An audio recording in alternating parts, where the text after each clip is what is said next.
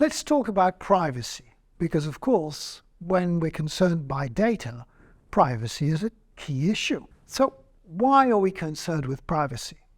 Well, data is the fuel for algorithms, and for these algorithms specifically that we are interested in artificial intelligence. And the data itself may come from various sources. Some of it is artificial, but it may come from banking, from education, from health. And in all these cases, it is vital that individuals are not identified or cannot be identified by others unless they have given their consent for this to happen. So privacy is what ensures each of us that nobody else will have access to our own personal data, the private data that can be on these servers, or that they could even reconstruct this private data given some information that we have given elsewhere. So one of the options is just to avoid sharing data. Let's just not go on internet and do nothing. But of course, there are so many useful services, and sometimes we have got no other option to do it. So really deciding that we don't want to share our data is somehow a handicap. Of course, the answer isn't to give everything away. The answer is to give whatever data we have to give away in conditions in which we feel safe. One of the answers we'll be talking about is technical, the other one is legal, and we will be talking about GDPR, which is the European instrument to protect citizens in this context. So the first key idea is called pseudonymization. So this is a tempting solution in which we take my name and replace my name by a code. So somebody who owns data sets will just replace all the names by some numbers and redistribute the information using those numbers. This sounds like a good idea, but this idea only works partially because there is a process called re-identification, which in certain cases is possible. Let's look at an example. We have a character which has now become a name. Can we find things out about this character once we have no longer got the person's name? So suppose we've got two databases.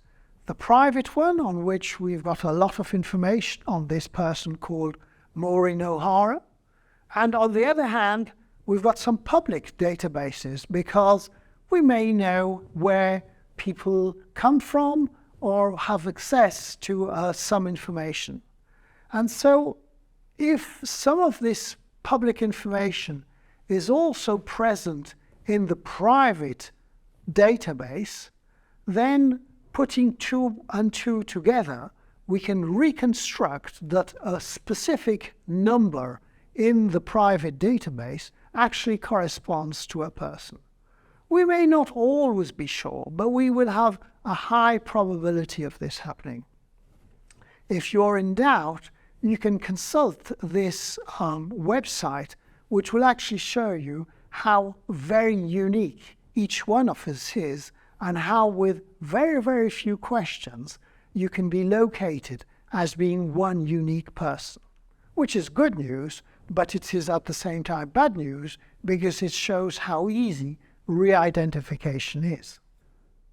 So data re-identification or de-anonymization, sort of taking away the anonymous character of a person, is the practice of matching on one hand the anonymous data and on the other hand the public data in order to find out information.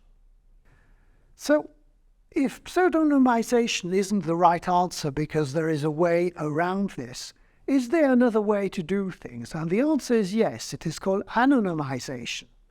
And anonymization is supposed to make the user immune to possible re-identification attacks.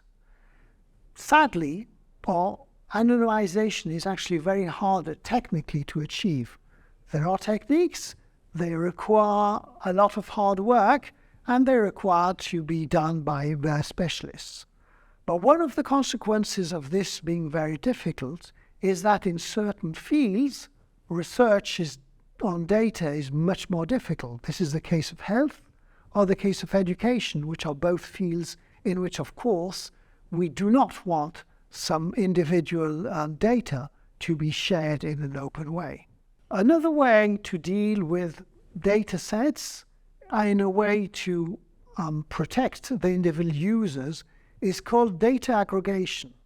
In this case, before sharing the data set, the company or the organization which wants to share some data will aggregate the data in packets. For example, all the children aged 10 will be averaged in order to give average results, making it difficult to get the results for one individual child. Finally, GDPR in this context is an important object. The General Data Protection Regulation was introduced by EU law and has been enforced for a number of years now. It is valid inside the European Union, but also outside it in certain conditions. The idea of GDPR is to protect the citizens against what could happen because of re-identification.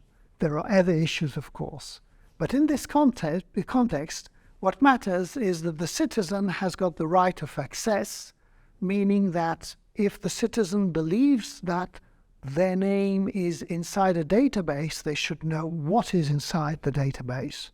There is, in a limited way, the right of erasure, meaning that if one's name is inside a database and one would like that name not to appear, in a given lapse of time, we can ask for that name, for our name, to be taken out of a database.